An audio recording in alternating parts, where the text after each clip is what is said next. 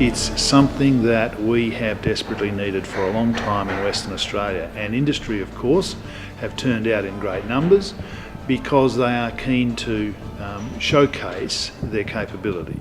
Now, I'm really pleased that this is happening because whilst we are very good at oil and mining and gas, it's something that Defence needs to know and understand in terms of our phenomenal capability here in Western Australia. Now, yes, we're not as focused on defence as we might be industrially, but I think that can change.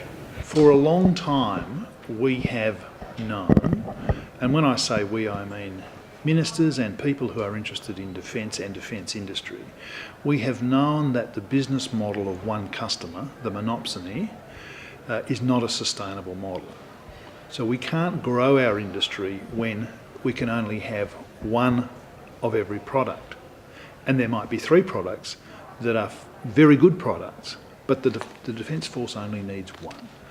So what we've decided is that because we are now changing course and introducing Australian defence industry as a fundamental input to capability, the business model has to change. And so what the Commonwealth is saying is, let's open up the business model to more customers.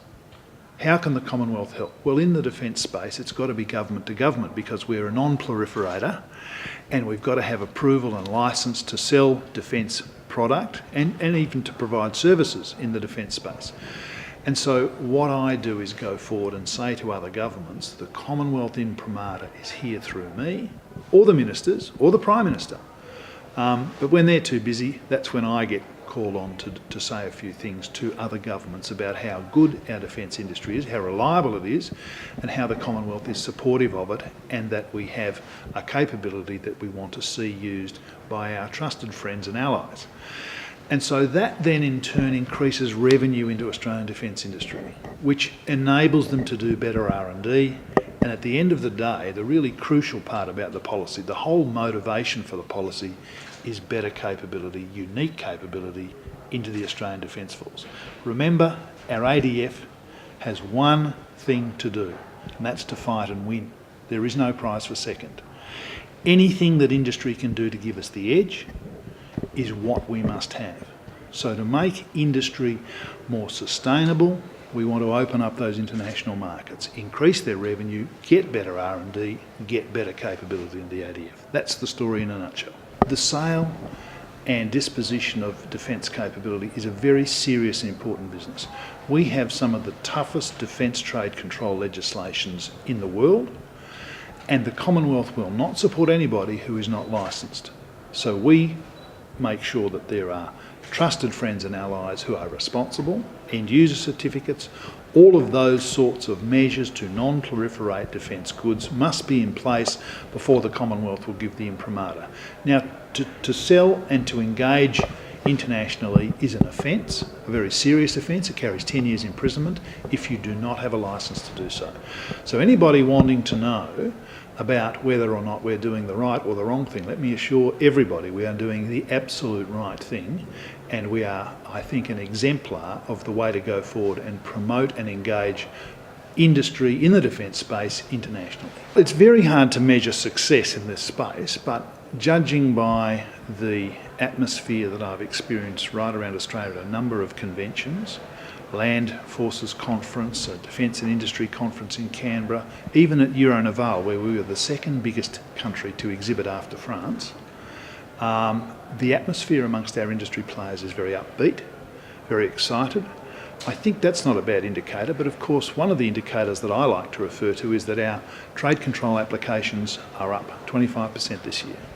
And that says a lot to me, that people understand, firstly, they must be licensed, and secondly, there are more people seeking to be licensed, which says a good thing about our industry focusing overseas. Southeast Asia for services and education. Our educational institutions can provide fabulous courses on cyber security, strategic planning, all of that sort of stuff. And so Southeast Asia is really potential for courses in educational institutions, but also services in sustaining their aerospace platforms, ships, etc., vehicles.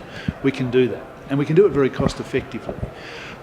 East Asia, South Korea and Japan, very good market for us. We just need to partner with them as we go forward. Defence is a peculiar organisation. Sovereign nations want to do all the defence work themselves, but sometimes they don't quite have the level of capability they need, and we can help them to go forward in that space. And of course Europe and North America are very big for us, particularly in the maritime space. We do amazing things with anti-ship missile defence and other things like that. And whilst we may not be selling some of that product into those markets, we show them what we can do, which means we can do integration, we can do a lot of technical stuff that many countries don't think Australia's capable of. Well, I'm here to tell them that we can do it. I think we'll see the primes using more and more Australian SMEs in their supply chains.